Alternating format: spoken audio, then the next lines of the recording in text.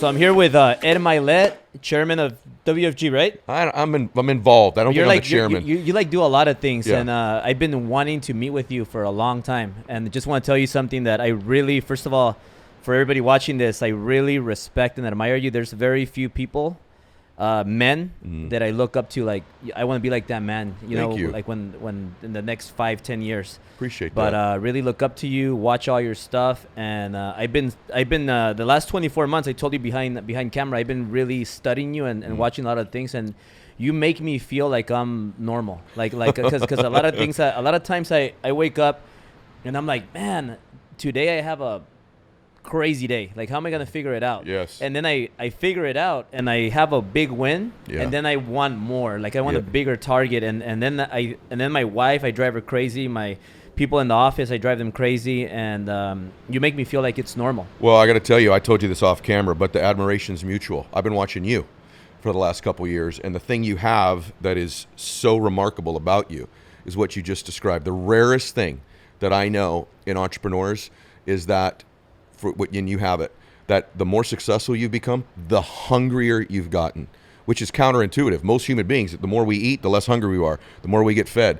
You, like me, like a very, very small percentage of people, you're getting hungrier the more you're getting fed. The more successful you are, you want even more than you did when you were broke. To me, that's remarkable, and it's the thing I so far admire the most about you of many, many things. Thank you, Ed. Really appreciate that. And Yeah. I want to get started by telling people, like, how you got started, who you were. Like, I know now you worth like $1 billion. Not quite, but yeah. Pretty close. Right. We're But getting you there. have this beautiful home. You showed us your home. You have more homes. I know they're all paid off, and, Yeah. and you have your jet, and you have all these crazy. You have a beautiful family. Thank your you. Wife So is do you. Your wife is beautiful, and she has a good heart. Like, I Yeah, like she that. does. Thank you. And you guys are really like, you guys are just pure. Like, I get Thank that you. feeling. You know, when you meet somebody and Thank they're full of shit.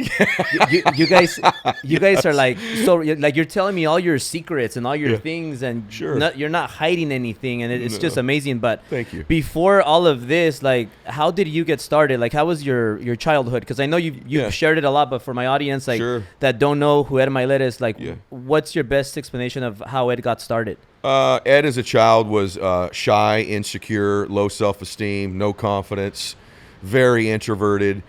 Part of that, I think, is a little bit of my nature, but a lot of it was my upbringing. I come from a very loving, I'd say middle to lower middle class family, but like a lot of families, there was dysfunction in my family. You know, you could have divorce or whatever. In my family, it was my dad was an alcoholic, and so he got sober basically about the time I left the house. He's my best friend now. He's been sober 30 plus years. But while I lived there, it was a little bit dysfunctional, more than a little bit. And so when you have that kind of turmoil in your house, anxiety, it just affects you when you're a kid. The one thing I had was baseball. I was a very good baseball player. I got a chance to go play Division I college baseball a little bit after that. It was sort of the place where I could shine. Baseball ended. I was unemployed, broke, living back at my mom and dad's house, Loserville, watching Jerry Springer every day. My dad got sober, came home from an AA meeting, and goes, "I got you a job tomorrow, dude." And me being picky, I'm like, well, what is it? I don't know if I want to do it. He's like, you have no choice. You're eating out of my refrigerator every damn day. It's 6 a.m. tomorrow. Show up in San Dimas. I show up. It's called McKinley Home for Boys. It changed my life. And what it is McKinley's a group home campus. It's an orphanage for boys. Hundreds of boys. All the boys there, their parents were dead, incarcerated, or had molested them. Yeah. And I walked into the cottage that I got assigned to, and my life changed. I had 8 boys in there that were all 8 through 10 years old. They all looked at me and were like, hey, man, who's this dude? And they just wanted to be loved, believed in, cared for, someone to help them live better. And I was there for Halloween, trick-or-treating, Christmas Day. I was like their big brother. It changed my life because I fell in love with serving people. While I worked there, I got recruited into the financial company that you talked about. And my life changed once I started building there. And I built a big business there that led to building other businesses that I've bought and sold, about 23 of them. I've got 25 of them in my portfolio right now that I'm involved with, run, or have money in, which led to speaking and coaching and, you know, stuff behind the scenes with athletes and entertainers and stuff. So it's been a great run. Yeah, and when you got into the company, how long did it take you to start making money and for your life to start changing? Because I imagine the first job where your dad referred you to, you weren't making a lot of money right there, right? No. Before that, I was a busboy at the Whole Enchilada in Diamond Bar. That was my big career claim to fame, busboy. So I had no background of being successful. No one in my family either, by the way, brother, ever talked about being rich Yeah. or successful. And to this day, it's not a priority for anybody in my family. My mom and dad could care less that I have a beach house. They want to know if I'm a good man. Am I a good father? Am I a good husband? My parents are not wowed by this or the jet. In fact, my parents have only seen my jet once. And I had to beg them to come see it because it was parked in Chino about 5 minutes from their house. They looked at it for about a minute and said, "This is great. How are the kids?" That's all they care about is what kind of a dad I am. And so that kind of humbles you and keeps you grounded. It took me, to answer your question, a long time. I sucked. Yeah. I sucked. And so I went so broke. I had, the one house. I had a little success, then I went broke. So I had a little success. I bought a house, then it got foreclosed on. A little success. I bought a car. It got repoed. And then we were living in an apartment. Our water got turned off. Our power got turned off. Similar to your story, we were taking a shower every morning at the pool at our apartment place, like in the little shower there outdoors. About my 5th year in business, I started to figure out things I needed to improve on. And I made $100,000. By the time I was 29, I was making $1 million a year. By the time I was in my late 30s, I was making 8 figures. By the time I was about 40-ish, I was worth 9 figures. So there was this and I'm watching it happen to you. There was this struggle, then a little success, then complete failure, and then a decade. And my life changed in that decade. I went from being worth nothing to being worth hundreds of millions of dollars in a decade because I stuck with it. I stuck through it. Failure weeds almost everybody out. Yeah. Right? Everyone's got a price tag on their dream. I don't have one. You don't have one. Like when you were living in the car, right? Like you can't get me out. There's no price I'm not willing to pay long term. That's why I've won. Most people, there's a price. Enough failure, enough going broke, enough setbacks, enough stuff that goes wrong, they'll sell their family. Yeah. They'll sell their dream. They'll sell their kids. They're like, too much. They call it something else. I quit. It wasn't for me. I'm not passionate. Yeah. That's all bullshit. What you did is you sold your family out. You sold your dream. There's a price you weren't willing to pay. I'm a product of there's no price I'm not willing to pay as long as it's legal, ethical, and moral. Hey, brother. Well, I'm not a professional interviewer, as you can see, but I think you're great. But I am an entrepreneur, and I go through a lot of these painful moments. I've been through a lot of painful moments, and you text me one time. I don't know if you remember this, but you said, "Albert, nobody reminds me more of myself than you." I did tell you that. So, it's been a battle these 6 years to get our businesses to where we got them. Yeah. One business finally hit 8 figures. Awesome.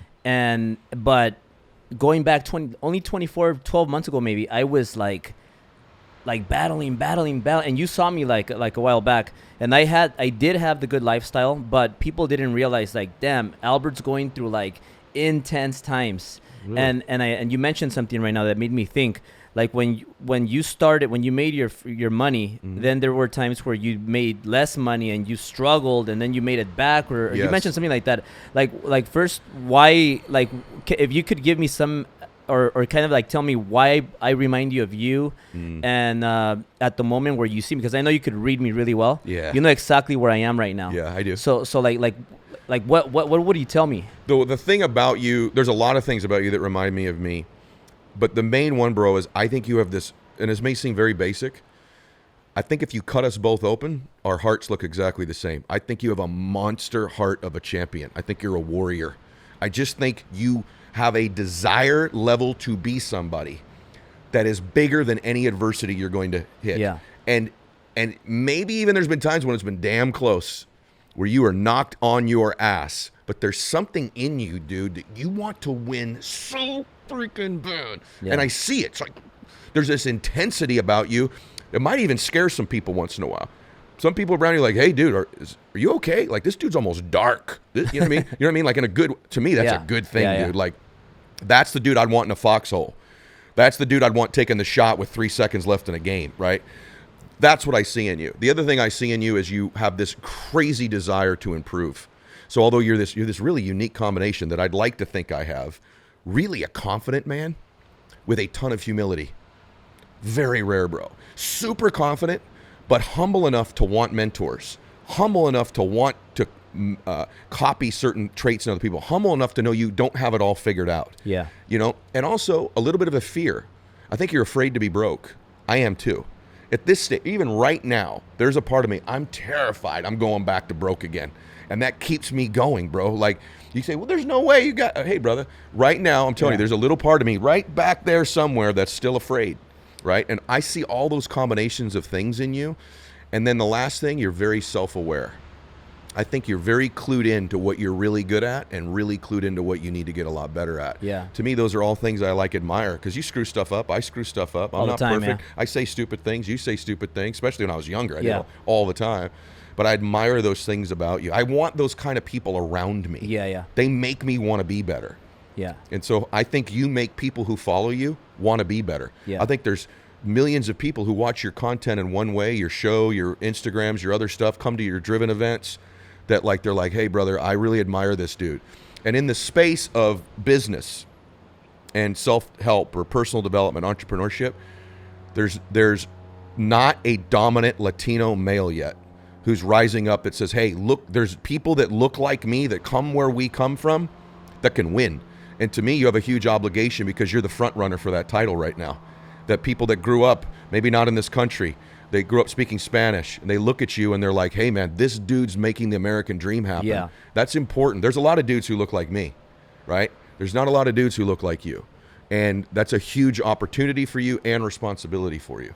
Hey brother, it means a lot coming from you, but what you said, we were talking about this before this, that like you tell me this and some people would be like, oh my God, like I made it because Ed told me this. This only puts more pressure on me now. Exactly. So now it makes me think like, man, now Ed has this expectation, so now I have to go out and do it. Yes. But I think for the people that are watching this, every person like you, like Grant, like Patrick, all these people, they have one thing in common. They're always focused on creating. They're creating, and that kind of, you eliminate the fear because you're focused on, I got to go to that next level, next That's target. Right. And you're moving fast. People who move fast have very little time to sit around and think about how scared they are all the time. Yeah. You're in a hurry.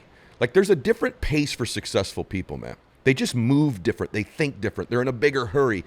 There's this like kind of incongruent. They're here and they know they can be there. Yeah. And there's this magnetism.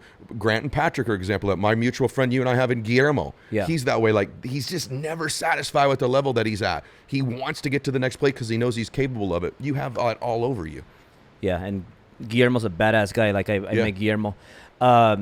Did you always believe you were gonna be in this situation, you wouldn't have this life? Like when you were a little kid and you got your first job and your dad was an alcoholic, and now your dad is, you guys are best friends. But did you ever imagine like you'll be here, you'll be doing interviews, speaking on stage, and all that? Did you ever picture that? I imagined it, but I didn't believe it. Yeah. Certainly, I dreamed of certain things, but like when you grow up the way I grew up, it's like we didn't even go on a vacation. Like you didn't even. I would walk on the beach with my then girlfriend, who's now my wife, when we were kids, not too many beaches away from here. And I go, I'm going to get us one of those houses someday, babe. But I had no real idea I could do it. And I used to think, who are these people? Who lives in those houses? Like, what do they do? Did their family inherit all the money? Like, I always wondered, who were they? So I imagined it, but I can't honestly tell you that I knew it would happen. Yeah. No, I did not know. You know, at 6 years old, my dad took me with him to paint because my dad's a painter. Mm-hmm. And he took me to Beverly Hills, and I was 6 years old. I was helping him sand the walls because that's the only thing I was good at. And I saw mansions in Beverly Hills, and I saw a red Ferrari. And that red Ferrari, that's what changed my life at 6 years old. And my dad told me, I asked him, how come you don't drive a Ferrari, and how come we don't live here? Because we're driving from the ghetto to go paint. Yeah. And this was this was like my vacation or summer school, or I think whenever I had a day off, I would go with my dad to paint. And he told me, these cars are not for us. And he said, and I asked him, why not? Like, why can't I have one? And he said, if you work really hard and you never quit, maybe you'll be able to have one. And I told my dad, I promised, I'm never gonna be a quitter, and I'm gonna work harder than everybody. And one day I'm gonna be somebody, and I'm gonna be able to like help people and be different. Wow. And my dad remembers that. And then my first car at 19 years old, because I hated school.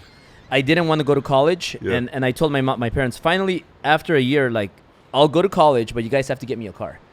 So I went to pick up the car, and they were able to afford a salvage car, so we went to a salvage dealer, and I saw this red Honda Civic Coupe that reminded me of the red Ferrari, the red 458 or whatever. And awesome. I told my parents, I want this red car, because I was thinking Ferrari, so I was casting a vision. Awesome. And I got that red Civic, which 10 years later, when I became broke, I was driving it again, but it was beat up.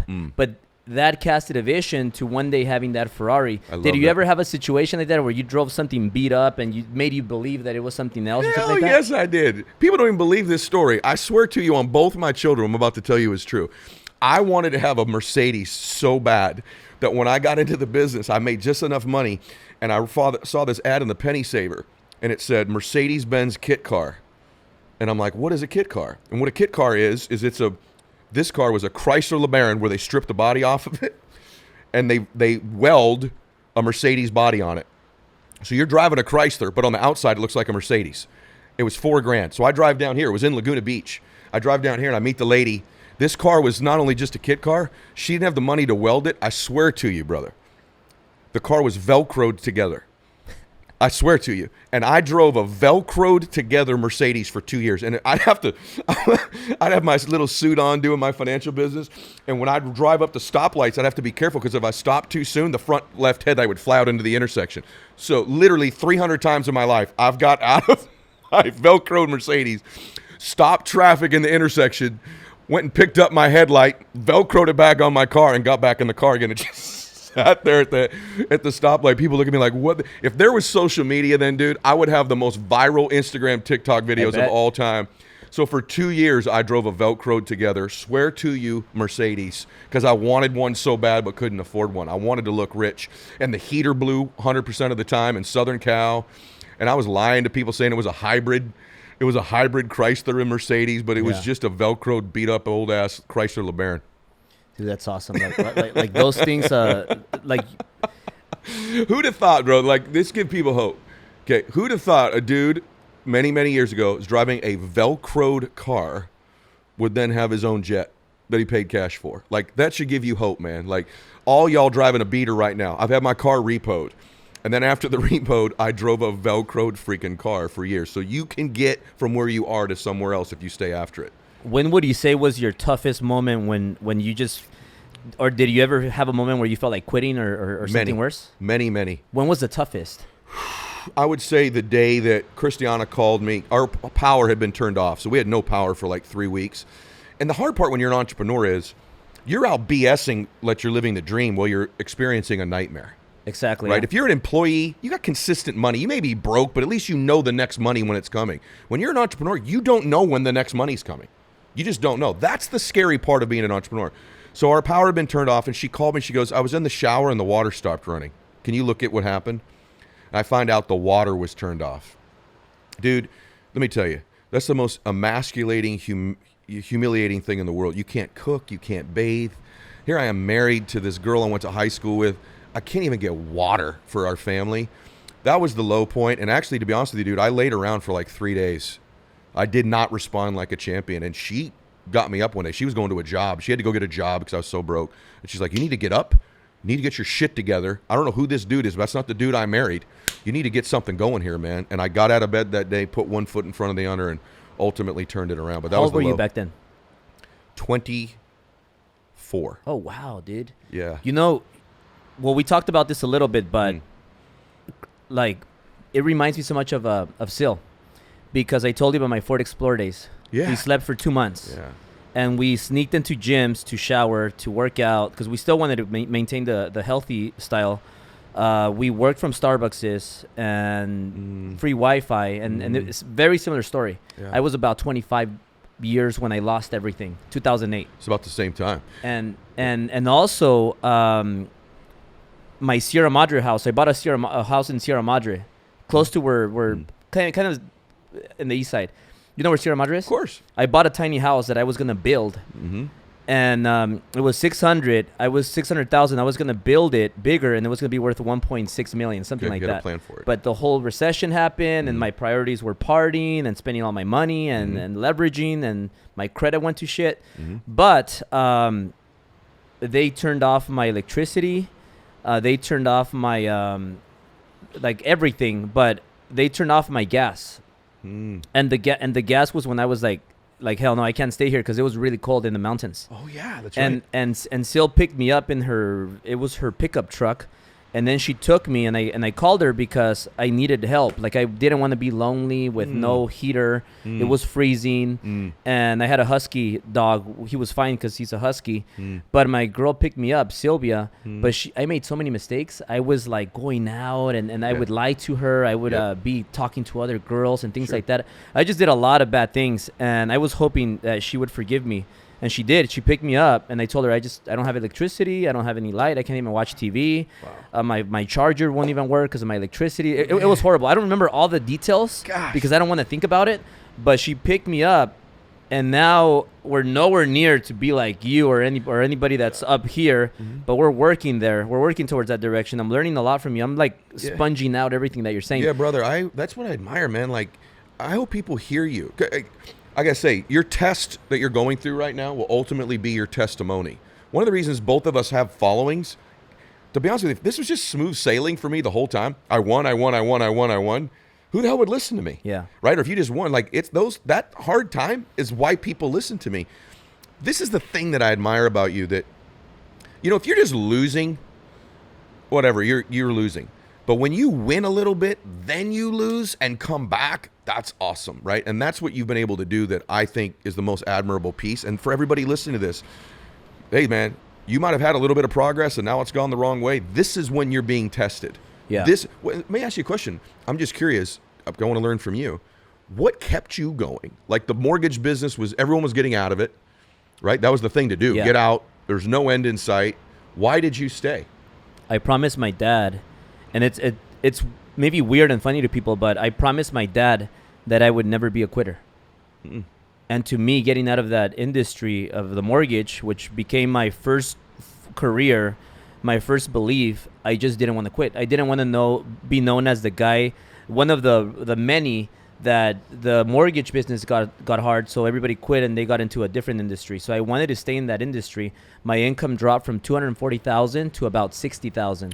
So I couldn't afford my S550 Mercedes and my 2 homes that I had. So all the money that I was making was going to pay my Mercedes, my 2 homes, and my lifestyle, and a few credit cards that helped me go even above my means.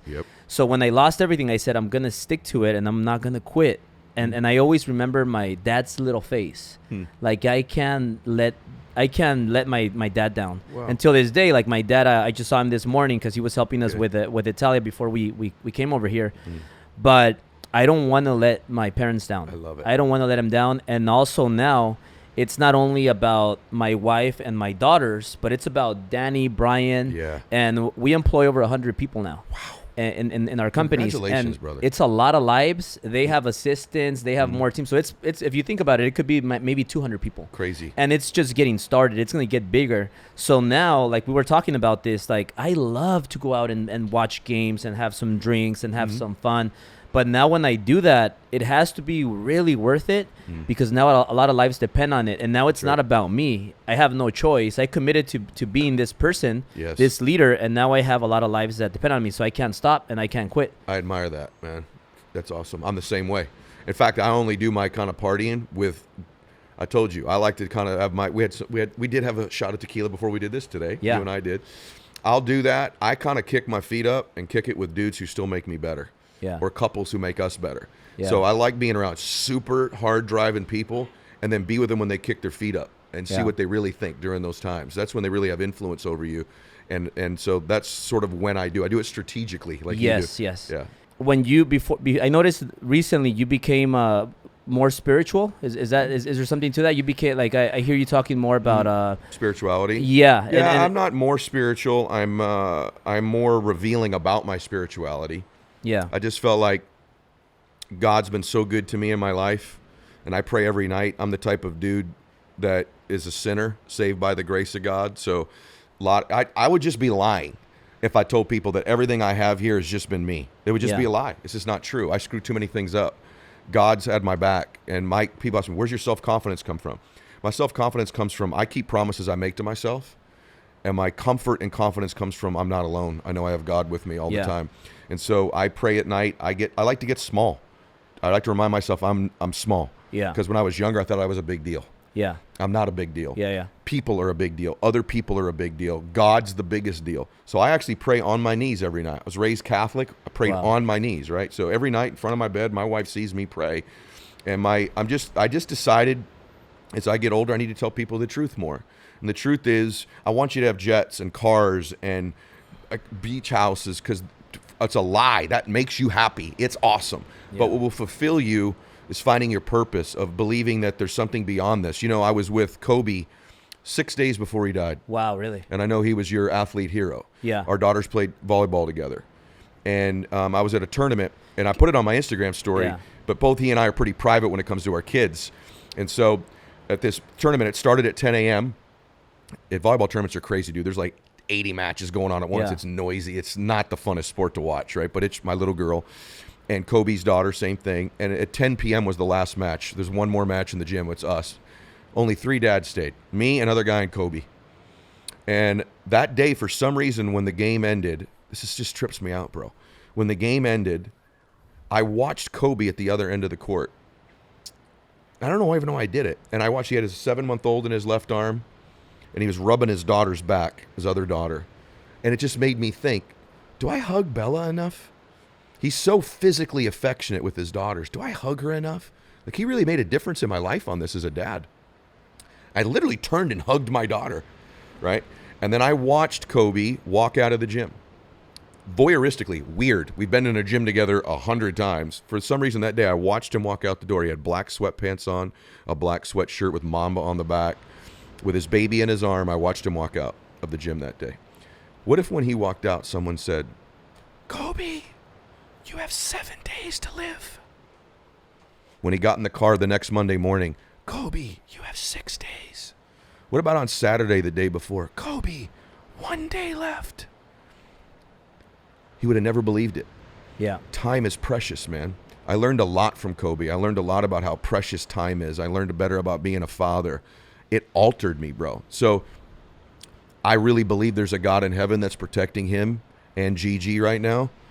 But I also believe God's got a plan for our lives, and sometimes we get deluded into thinking we have 100 or 150 years. You don't know what you've got, and you don't know that this wouldn't just be the moment you can make it happen in your life. Maybe you'll live 80 years, but if you don't get it done this year, the next 50 years of your life aren't going to be very good.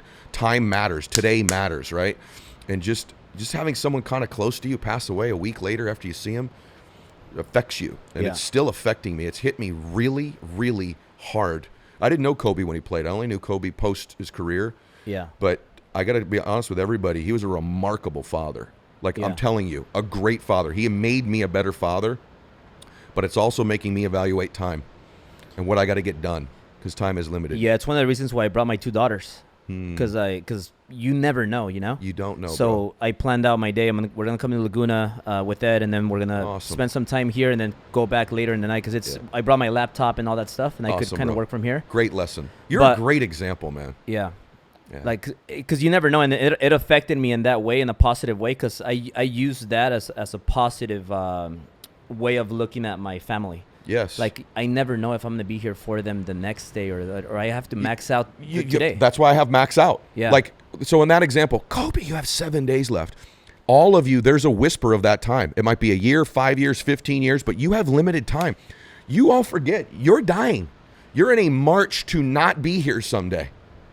Okay, you're in that march. Kobe had 7 days left. Maybe you have 7 years. Maybe you have 17 years. Maybe you only have 70 years, but there's a limited amount of time. You need to max out your life. Yeah. You need to get after it now. You need to take every moment, every second as a chance to improve, to get better, to help people, to win, and not be so damn casual. The thing I admire about Kobe is in his 41 years of life, or whatever it was, he lived a full life in that time. He maxed out those years. Right now, I'm hurting because I know what he was capable of for the next 40. I knew what his plans were. But I'm not going to get cheated on my days. I'm not going to get cheated on my minutes. I'm not going to get cheated with my kids. I'm not going to get cheated in my business. I'm after it. Yeah, and now that we're talking about kids, I see you playing golf with your son Max all the time. Yeah. And how's your relationship with your son and your daughter? I think it's good. You know, it's the area of my life that people always ask me, what's the area of your life you're the most concerned about? And it's that. It's, as a busy entrepreneur, as someone who's got lots of companies and lots of people at their life, am I giving everything I'm supposed to my children? and my family. And I think I have great relationships. I consider my two best friends, obviously your spouse is different in your life, right? But if you could say, someone asked me the other day, who's your dream round of golf? We went around this table, and one guy's like, Tiger Woods, Jack Nicklaus, and Michael Jordan. The next dude was like, Kobe, Tom Brady, and Barack Obama, right? And they got to me, and I'm like, my dad, my son Max, and if Bella would pick up a golf club, I'd play with Bella.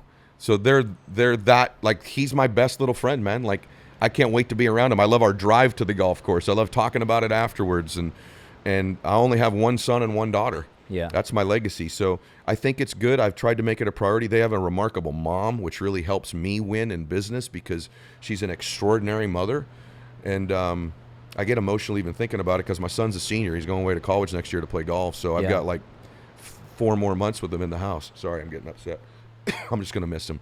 Yeah. Yeah. And I noticed your wife is also amazing. Thank you. Like you guys it seems like you guys have the perfect life. Like maybe sometimes you get mad or something like that, but like you guys have like it just seems like you have everything. Like you have a happy wife, you have a happy son, a happy daughter. Mm-hmm. You guys have your great selection of champagne and cocktails over there. You have a nice view. You're in front of the beach. You're making me feel good. Thank you. You're fit. You work out. You have the health going on. Is there something that you would change in your life today? Sure. And it's not, by the way, thank you. That does sound good. Yeah. I'm blessed for sure with overabundance of great things in my life. I would change, no one's ever asked me that before.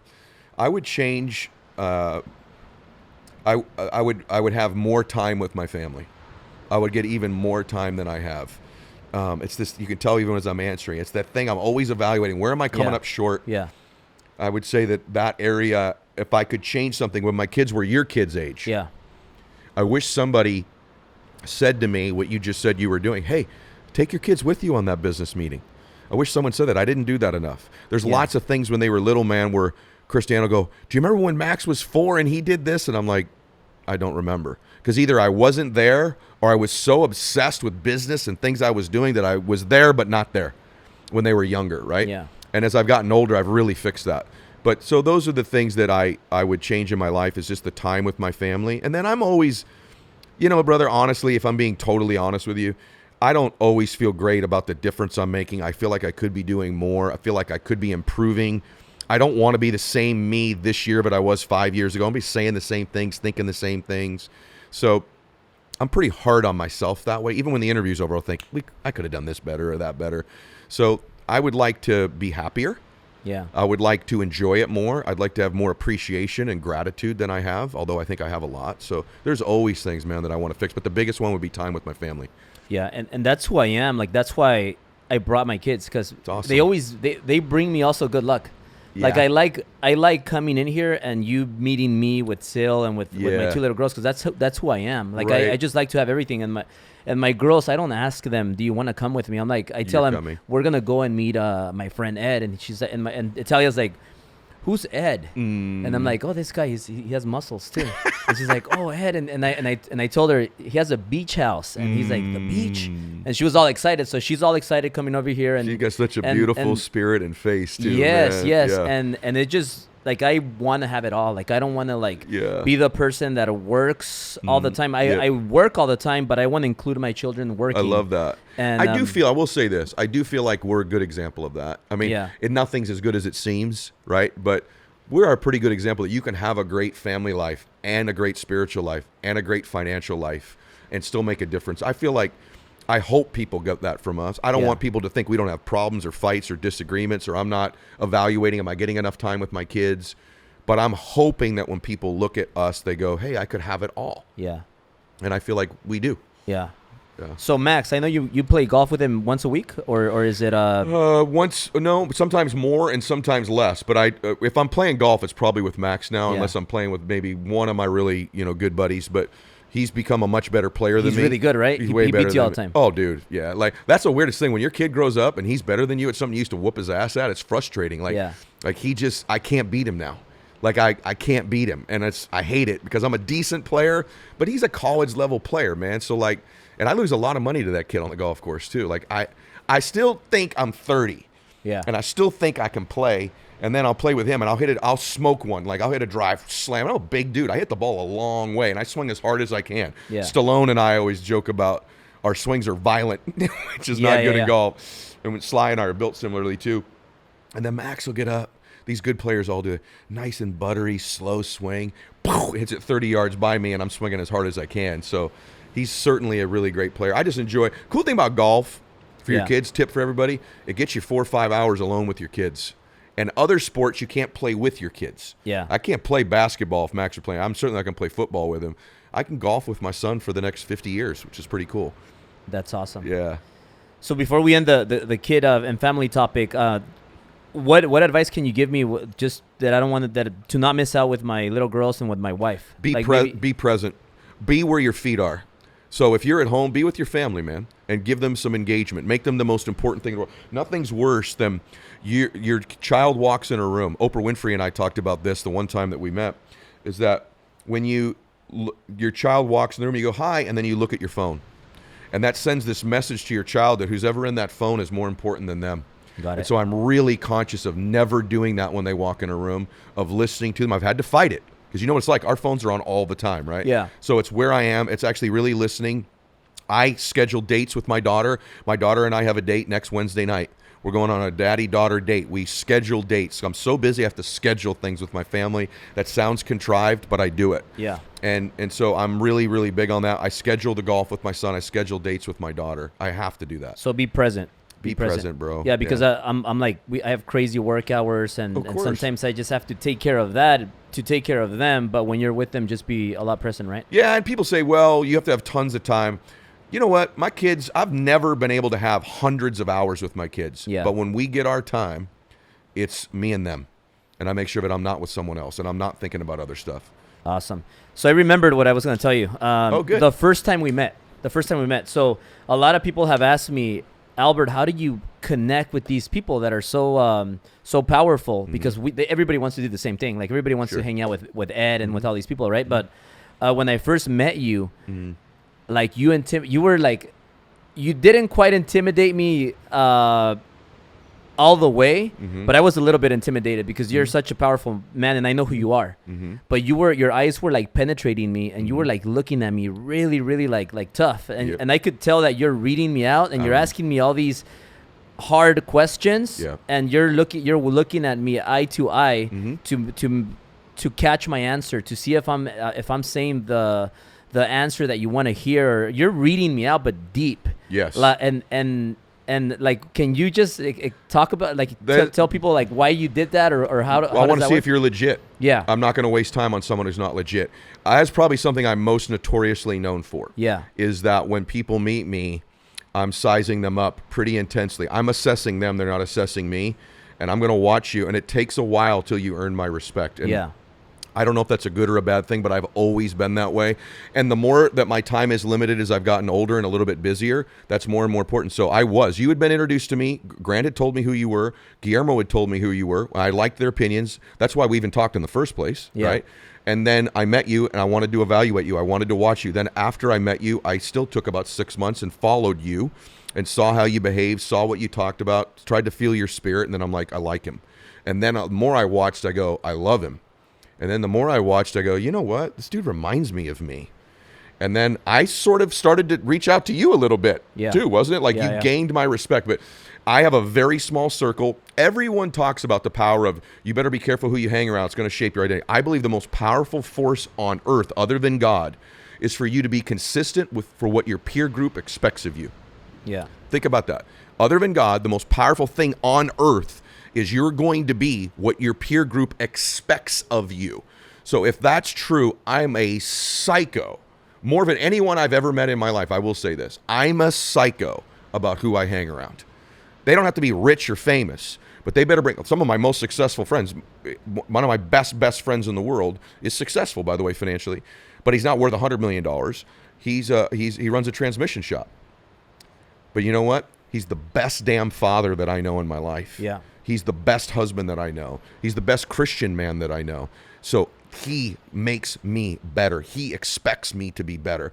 Other friends of mine, like a Phil Knight or whatever, he's worth $28 billion or whatever he's really worth. Does he make me want to be better? Absolutely. So that's why I'm really scrutinizing, and I am hard about that. And I think people mistake it sometimes. Like, is he aloof? Is he distant? Is he private? Is he arrogant? No, I'm sizing you up. I mean, we just met. We're strangers. There's millions of people in the world. I can hang around only a few at a time. Who should they be? And then you've earned my respect. Not only that, now that we've met each other, I love you. Like you're the real deal. Like, you're vulnerable. You admit what you're not good at. You want to get better. I literally, when you went into the restroom, I went to your wife and said, if he ever needs anything from me, you make sure I'm the first person that he calls. Yeah. Because I want to help you if I can.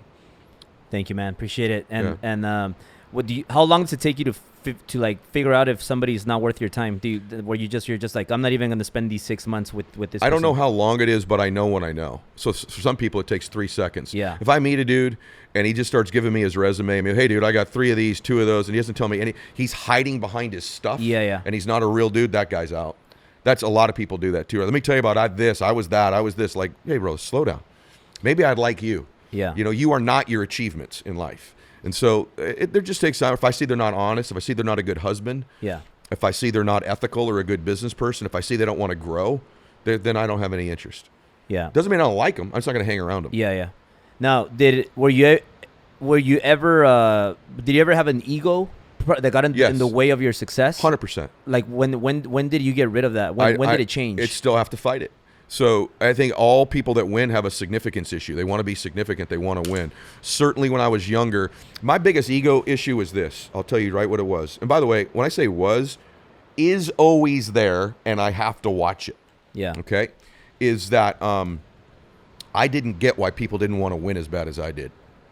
So if you worked with me and you weren't crazy, psycho, ballistic, out of control, after it 1,000,000 hours a day, God gave me the ability to be communicating pretty good. So your greatest gift can be your greatest weakness. So my greatest gift is I can lift you up and inspire and move you with my communication, and I can hurt you verbally too. And so I hurt a lot of people with my words when I was younger because I couldn't get why they didn't want to win the way I wanted to win. And that was an ego. That was me really thinking, I'm better than you, right? Instead of understanding humans are different. Some people win and they're quiet. Some people win a little bit slower. Some people will win in different areas than just business or money, right? My ego got the better of me, and I hurt a lot of people when I was younger. I was too intense. I was unkind to too many people. I was undisciplined with my words. Then when I had kids, I started thinking, if someone spoke to Max the way I talked to that dude, I'd slap the shit out of him, right? Why am I talking to people like this? What's wrong with me? And so now I'm it's funny because at this stage, my people are like, you're kind of the humble, successful dude, right? And I do have a lot of humility because I've screwed so many things up, bro. Yeah. So many things up. And God's been so good to me. How can I have that big of an ego? I know this isn't on me. God's favored me. He's blessed me. Meeting you, that was a blessing. Now that I know you, what a blessing that we were introduced. I'm so grateful, right? Like, so the more I'm grateful for things, the more I try to, see God in my life, my ego kind of goes away.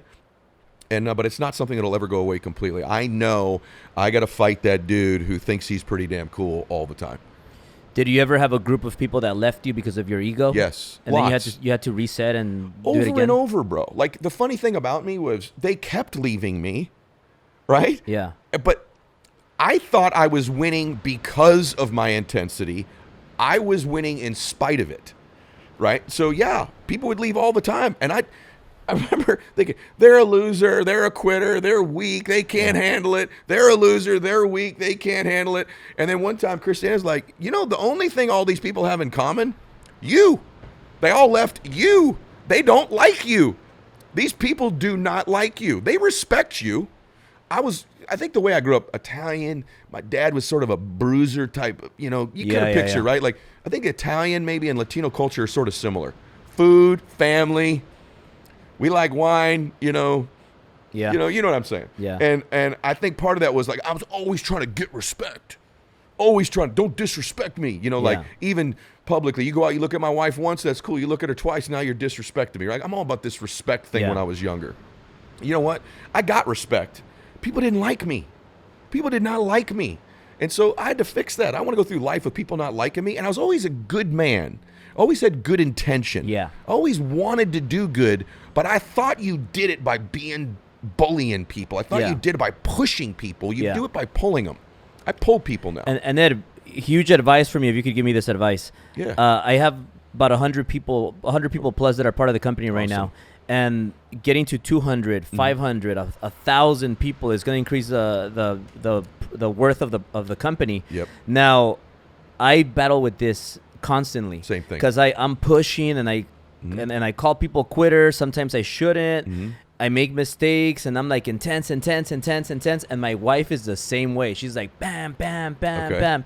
And Brian and Danny here, they could attest to that. And we've seen a lot of people that have quit, but we're also growing. Yep. So numbers wise, we lose 10 people, but we gain 40 people. Okay. And it's kind of working, but how did you find the balance? Because you still have to push people, right? Maybe you have it, though. So what I would do is I'd gain 20 and lose 20. We were floating, right? Yeah. So you never want to lose your edge. You never want to lose what makes you special is that you vibrate at this high frequency and you're in a hurry and you're intense. I haven't lost any of that, right? Yeah. Like, you trust me. You don't want to screw up when you're around me. But what I do now is I've learned to calibrate my communication for a day and then so what I do now is I praise publicly and I criticize privately. I used to criticize people publicly. I'd shame them in front of a big group of people, right? That doesn't serve anybody. That was just a lack of discipline on my part. So I fixed that part about me. And then the other part of it is I call, when you criticize me, I call that a withdrawal, like in a bank account, right?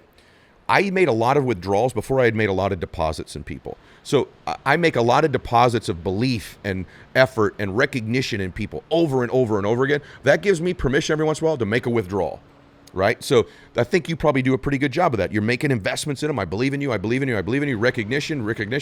Then you can make a withdrawal because they know they believe. Like my son, you saw my son just when he came down here, right? Yeah. I made he knows I believe in him. I'm like, hey, get your shit together. Fix that thing with the car, right? Like, I can make a withdrawal. But had we never met, or he didn't know how much I believe in him, I'm like, hey, I'd seem like a jerk. Yes. Right? So the difference is you got to be conscious of making enough deposits of belief and effort and goodness in people so that as a leader from time to time, you can make your withdrawal.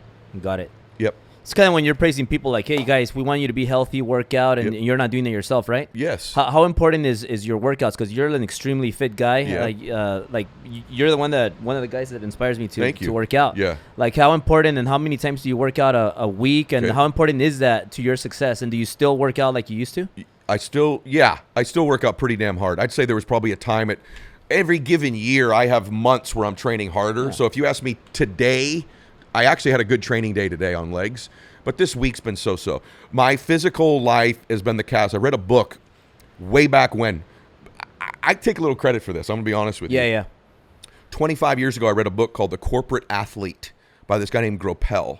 And at the time, he was predicting that entrepreneurs were going to begin to behave and work out like athletes, and that athletes would begin to behave like CEOs. You look at LeBron, that dude's a CEO. Yes. Right? Tom Brady's a CEO, right? So Kobe was a CEO. Yeah. Jordan's a CEO. So he was right. And I started to take it serious. I'm like, I'm going to outwork these other executives, these other entrepreneurs. I'm going to be stronger, fitter. So I'm going to look better. People are going to want to be around me. I'll be at my peak state throughout the day longer than them. And if I'm in great shape and training in the gym and they're not, I will kick their ass in business long term. I'll dominate them. I'll have a presence about me, a strength, a confidence. And it's the one area that I can keep the promise. I can't control my sales numbers. I can't control what other people are going to do. I can control what I put in my mouth. I can control when I get in the gym. I can control my schedule. It's also where most of my great ideas come from because I'm at that peak state. The blood's flowing. I'm transforming my unconscious mind, which is your body. And so for me, you take away training and working out, I bet you that I have 1/50th of the wealth that I have in my life, and abundance and influence and happiness. And I could tell you this, you come back in 20 years and I'll be 70 years old, you'll be looking at a fit 70-year-old. Yeah. I don't know where the other things will be, but I know this, you'll be looking at one fit 70-year-old because I'm going to get in the gym and I'm going to train. 100% I key. totally relate to that. I can't start a day without working out. Yeah. Like I wake up, I do my self-improvement, I read, or I listen to something for an hour and a half, then I work out for about an hour and a half. Yep. And when I work out and do my sprints, that's when I get the better ideas. Of course and you then do. I'm like, I have this business idea. Let's innovative campaign. Let's go do it. Yes. And we come up with, and most of the time my ideas are, they work out kind of, but once a month at least, I have this great idea that just like And it's changes the always company. when you've changed your state. Your body is your unconscious mind. So when you stimulate your body, you've elevated your unconscious mind. People don't get this. Your body is your unconscious mind. It's where you feel things. Yeah. So you think things in your conscious mind. You feel things in your unconscious mind. Feelings are in the body. Thoughts are in the mind. So when you're stimulating your body regularly, of course you're going to come up with great ideas. Of course you're going to execute better. I work out 5 days a week. I used to work out 6. I now give those other 2 days to my family. I'm about 90 minutes like you are. And I can't wait to get there. I can't wait to, then about when I'm done, I'm done. Like I'm done when I'm done working out. I want to get on to my life. I want to get on to my working out. But I cannot even, people say, well, man, you're in really good shape. I'm not training that hard right now, but I've got 35 years of training hard. Like it's a discipline in my life that, man, like it's one of the things about you that I look at. I'm like, he's taking care of all the areas of his life. He'll endure. Like if I see, and I don't mean this bad either, but when I see a dude who doesn't have that part of their life together, it's not a criticism at all. I just go, I wonder what else they don't have together. Like that's an easy thing to control, what you eat. It's an easy thing to get into the gym. You can't do that. You know it's important. It's not like you don't know. Why aren't you doing that? So what other areas are you cheating in? You know what I mean? Do you believe in that saying, the way you do one thing is the way you do everything? I do. Yeah. Yeah. And I know that's true. Yeah. And I transformed myself. You and I are not big guys, right?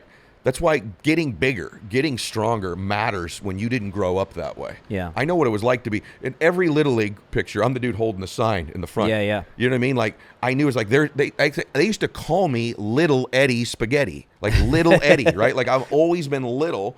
People don't call me that anymore. They meet me sometimes personally, like, I thought you were bigger. Because I'm big, but I'm not 6'3". Yeah. You and I are about the same height, right? Yeah. Like, it changed my confidence, man, being fit. Yeah. Big time. A lot of Latinos, they like me and they follow me because when I was a kid, my first language was, when I was born, my first language was Spanish. Mm-hmm. So I didn't learn English till the first grade. Mm-hmm. And I didn't really learn English. I just kind of learned a little bit. Yeah. But they used to they humiliated me. Like, I went to this school, I took the bus, and it was 99% white people. Really? So when I went there, I was like, who are these people? And they were like, who are you? Yes. And I've never seen somebody like that except like the Simpsons, like Bart Simpson. And I was like, what the hell? and these kids called me wetback. Oh, shit. Even teachers were making fun of me. And they were telling me things like, you should go back to Mexico. You don't belong here. And I was like crying, and I felt bad, and I became very, very insecure. Gosh. And I share that story, which is a real story, and people see it, and they're like, damn, Albert, if you were a little Mexican kid that was insecure, that had a horrible GPA and was like I was put on special ed class because I couldn't speak English. Oh, sure. And then they found out, he's actually very not smart. special ed. He's ESL. So they put me on ESL class. And then I always talk about that because I want to let people know. And then people see like, well, if that Mexican could do it, then we also have hope.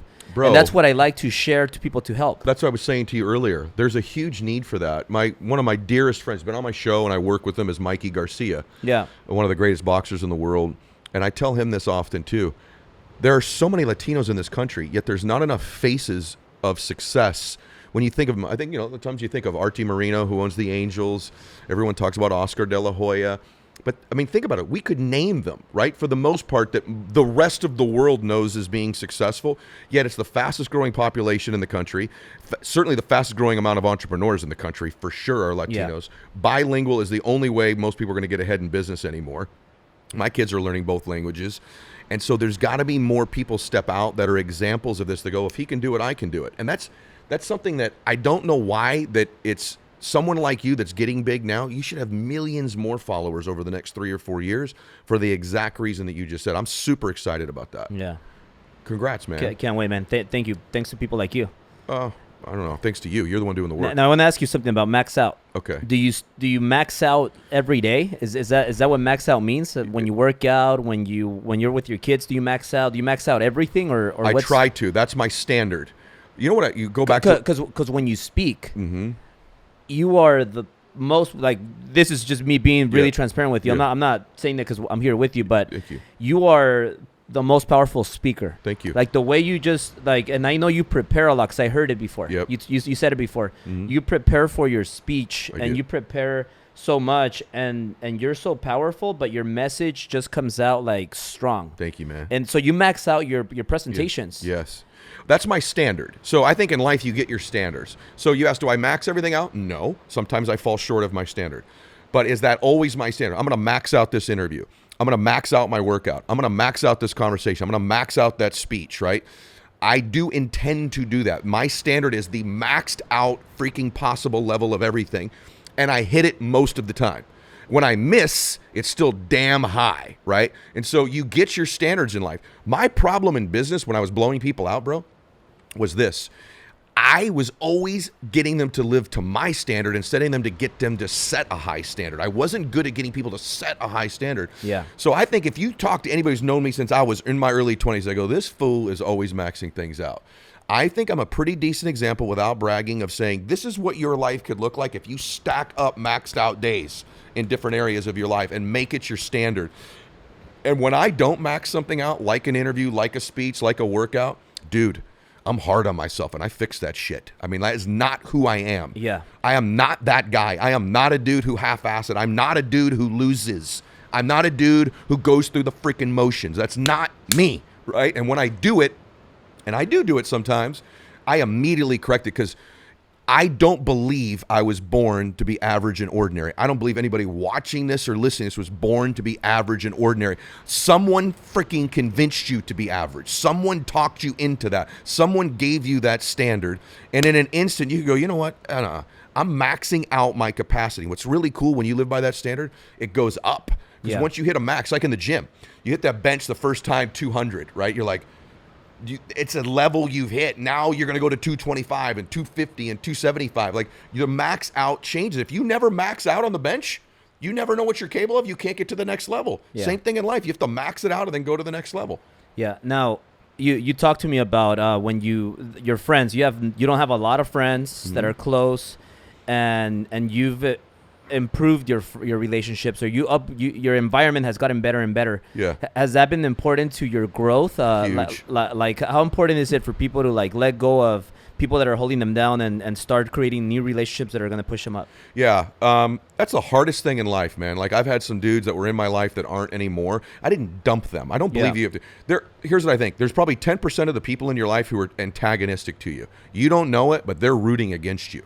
They're haters. They want you to fail. Those people need to get the fuck out of your life, okay? Those people have to go. Then you got these group of people who love you, but they're just not with you for the run. They're not going on the run. For me, my proximity to them is just less. Proximity has influence, right? So they're still my friends. We still text, but their proximity is way reduced. I want, people say, make this mistake, people tell me, I just want my friends to accept me for who I am. That's the last thing I want. I want friends who don't accept me for who I am, that expect me to be better. And so I like walking in a room, when I walk in a room with a couple of these people, or 3 or 4 or 5, 6, 7, whoever they are, and I love them, but I'm a little bit on edge. Kind of like probably, hopefully you were when you came here today. I'm excited. I want to be around him. It's going to be great. I'm going to experience it, but I'm just a little edgy. Like I feel like he's looking at me, right? And I have dudes like that. And maybe they are, maybe they aren't, but I think they are, and I want to live up to what they expect of me. Yeah. They see greatness in me. Yeah. The coolest thing in the world, bro, and I know you are starting to feel this from me. I mean, I love when I meet someone that I admire, and then they think I'm great. Oh, yeah. Dude, what a great feeling. When you turn your heroes into mentors, and then your mentor into a friend, that's the powerful thing in life, man. Yeah. So these guys were my heroes, then they became kind of mentors, and then through proximity, they're my friends. Friends have the highest influence. Think about with your kids.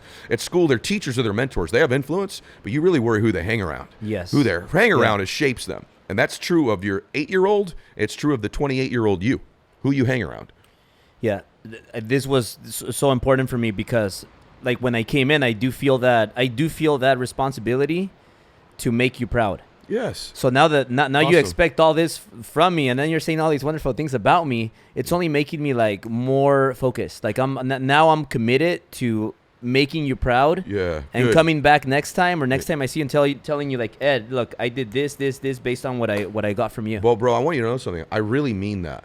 And most people don't know this because she's blonde, but my wife is half Latina, right? Yeah. And so there's a whole side of my family that is.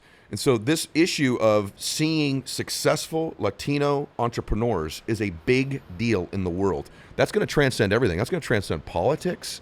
That's going to transcend leadership in other companies. That's going to open up opportunities for people. It's a big deal, man.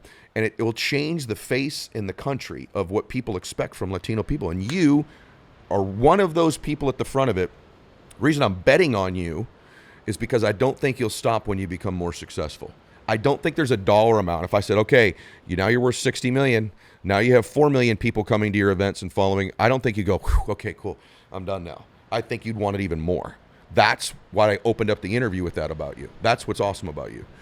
Thank you. Yeah. And now you mentioned something to close it out really quick. Yeah.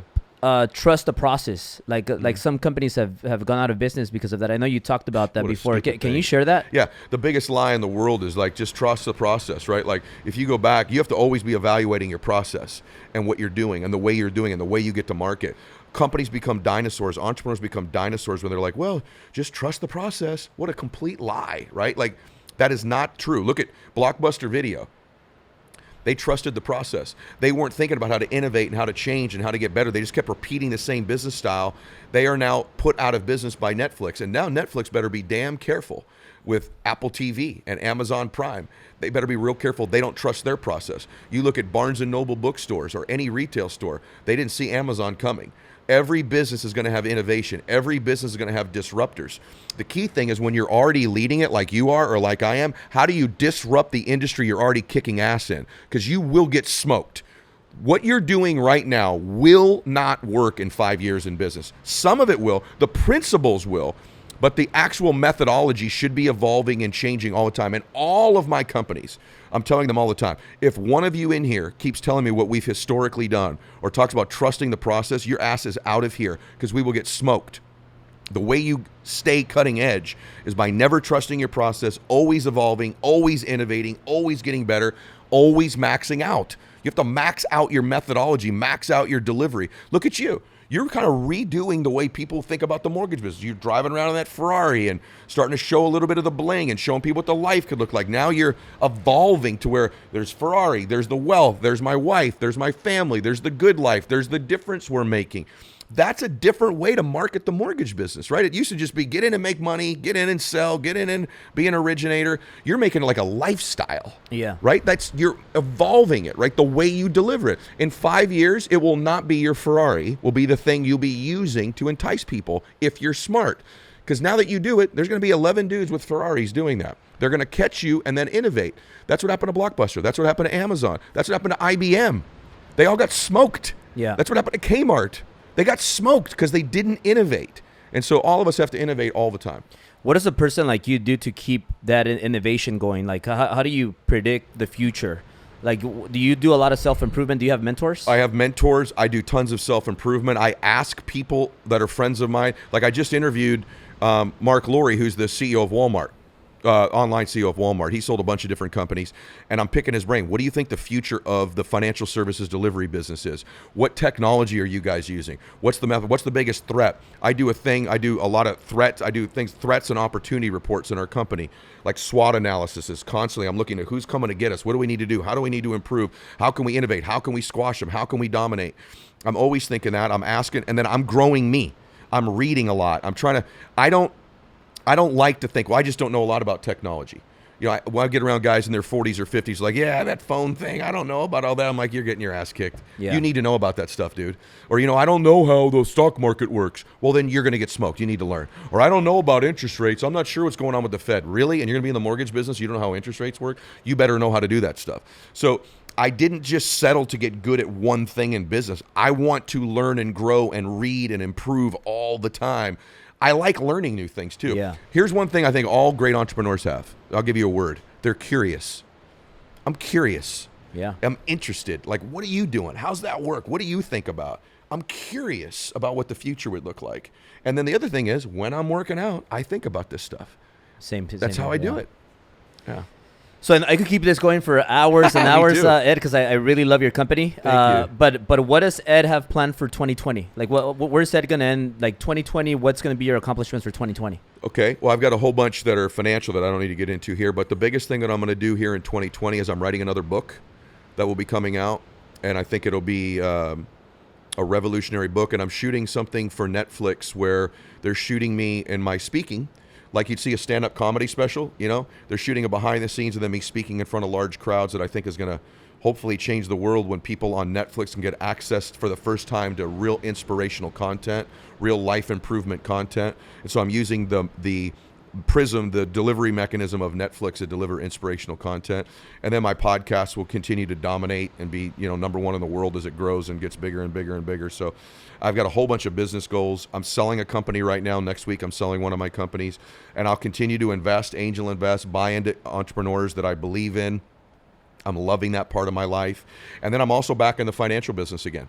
And so this year, I will personally recruit 100 people back into the financial business myself. I've already recruited about 20, and my team is growing again in that company. And I'm excited about being the number one player in that company. And over the next 2 years, I will build a team in that company that's bigger than the existing company is now. Wow. So, yeah, it's going to be fun. Hey, so I'm rooting for you. Thank you, brother. I love what you do. I love you, man. And where can people follow you? Go to Instagram, Ed Mylett, EDMYLETT, and you'll see all my stuff there. Awesome. Appreciate you, man. Thank you, brother. Enjoyed it.